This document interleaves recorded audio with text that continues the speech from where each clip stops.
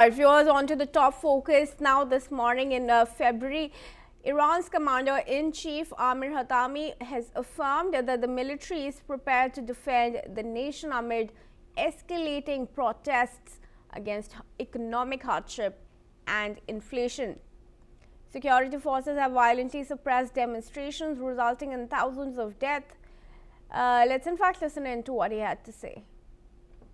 های مسلح جمهوری اسلامی ایران پشت به پشت مملو از امیران، سرداران، افسران و سربازانی است که تا لحظه آخر از این کشور دفاع خواهند کرد. U.S. President Donald Trump has voiced his strong support for the protesters, warning of potential military action if Iran continues its crackdown.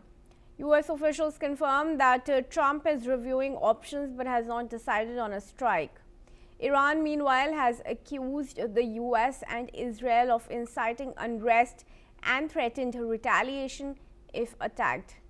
Diplomatic efforts by regional allies, including Turkey and Saudi Arabia, aim to prevent further escalation.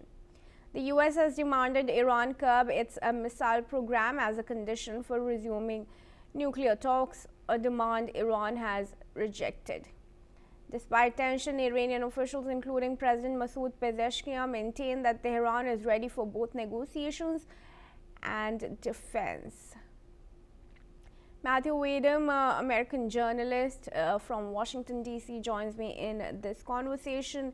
Matthew, what do you think is the likely course of action, and what's your guess of U.S.'s response to the latest statements coming in from Iran? Well, as President Trump has said, about 10 or more U.S. warships are steaming their way right now towards Iranian waters, and I think that that's a pretty clear indication that President Trump probably intends to take action, military action of some sort, against Iran in the not too distant future.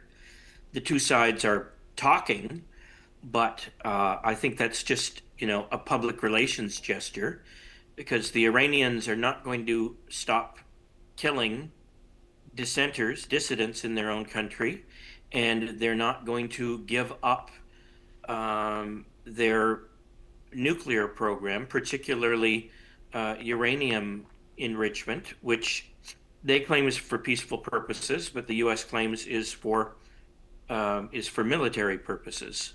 So, the two sides are talking past each other, and it appears that they are on their way to some sort of a military conflict, but I can't say what it's going to consist of.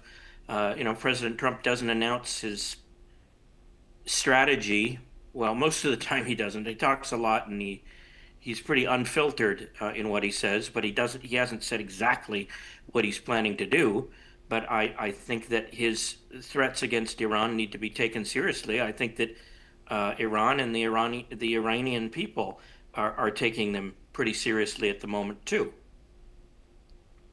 How ready do you think is Iran really for retaliation? Of course, that message has been coming out time and again from Iran, but what do we really know about Iran's preparedness?